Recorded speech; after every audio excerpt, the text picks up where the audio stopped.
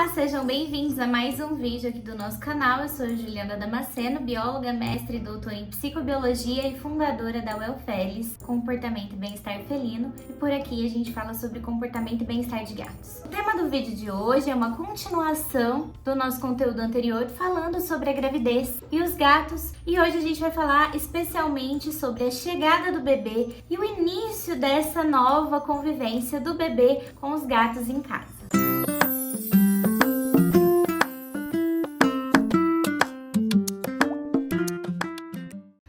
Novo ou nova aqui no canal, seja bem-vindo, bem-vinda.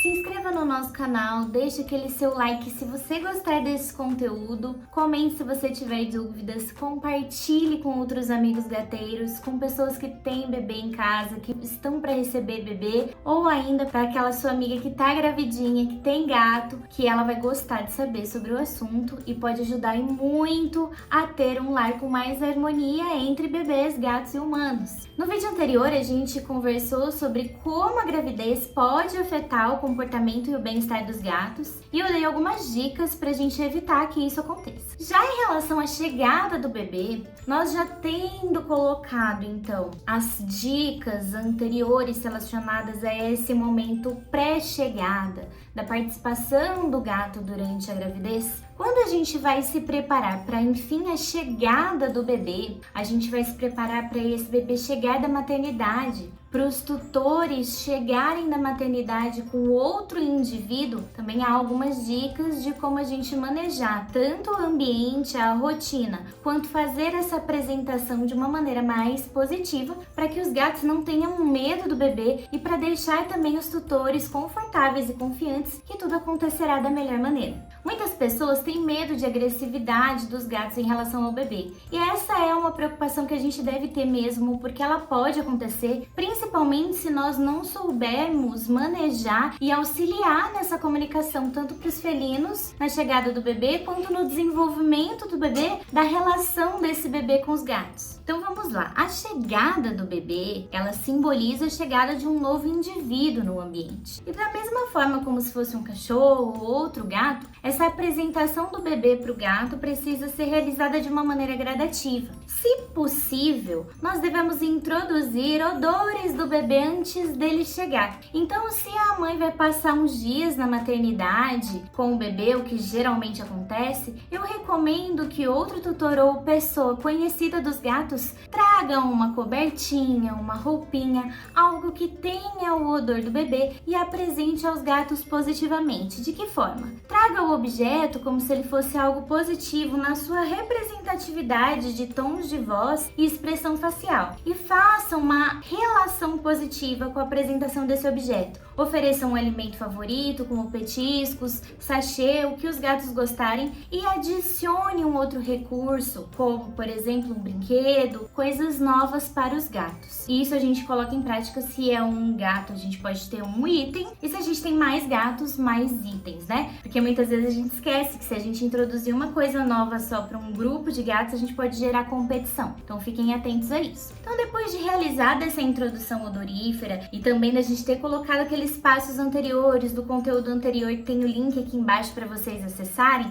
em prática, quando esse bebê chegar, qual é a ansiedade dos tutores ir apresentar o bebê para os gatos? O ideal é a gente não forçar essa relação, não fazer isso imediatamente, deixar com que os gatos compreendam o que está havendo no ambiente. Então, se chegar ali com o Moisés, deixa eles cheirarem o Moisés. Se ele chegar com o carrinho, o que mais trouxer da maternidade, presente, deixem que os gatos explorem todos esses objetos e façam associações positivas com os recursos mais importantes para os gatos. Coloquem o bebê em um local elevado na casa, ou no colo, ou em uma outra localização e aguarde a aproximação de interesse dos gatos. Cada gato tem uma personalidade e vai reagir a este evento de uma forma. Então, alguns gatos podem até se esconder e quererem se isolar dessa situação, e é importante a gente respeitar esse gatinho se isso acontecer, porque ele pode se sentir ameaçado. O bebê, ele vai trazer novos estímulos além de odores. Ele vai trazer um ruído, uma movimentação diferente na casa, né? Então a gente vai ter o choro do bebê, a agitação e a própria mudança da rotina no dia a dia dos tutores. Por isso que a instituição da rotina, uma coisa que a gente frisou bastante no nosso conteúdo anterior, a gente precisa colocar em prática, porque quanto mais essa rotina dos gatos se manter estável e se enquadrar a rotina do bebê, melhor, porque a falta e a instabilidade da rotina dele pode afetar o comportamento. Então, voltando para a adaptação do gato com o bebê, sempre esperar o tempo do gato e caso ele comece a querer explorar e observar, tenha locais elevados onde o gato consegue visualizar o bebê ou na mesma linha ou mais alto e sempre que ele demonstrar o interesse em explorar, recompense-o positivamente. Haja de uma maneira calma, tranquila e recompense-o se ele for ali cheirar e interagir com o bebê da maneira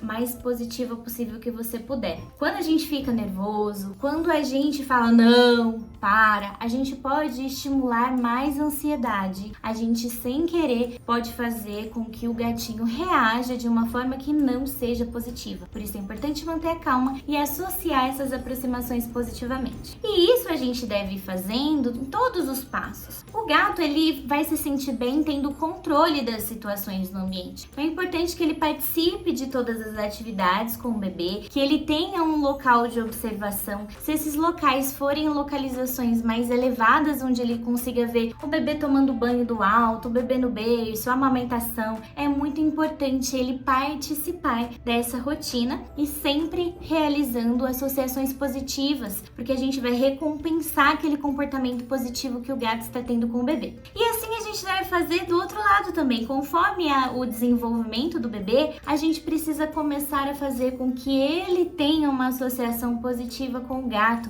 e que ele aprenda a respeitar o espaço do gato. E é muito importante que os tutores ensinem a criança a como interagir com o felino desde os primeiros momentos da vida. Esse é um ponto muito importante porque como nós naturalmente fazemos? Nós esperamos o bebê interagir, pôr a mão no gatinho, puxar o pelo, para depois a gente falar, não é assim que se faz. A aprendizagem, o ensinamento, ele tem que ser anterior à ação. A partir do momento que o gato está ali com o bebê, nós precisamos começar a ensinar como interagir com o gatinho, a forma como a gente deve fazer com que o gatinho cheire a nossa mão primeiro. Se o bebê estiver naquela fase onde ele quer apertar tudo, a gente tem que devagarzinho soltar a mão do bebê e substituir esse aperto por um outro objeto que não seja o gato.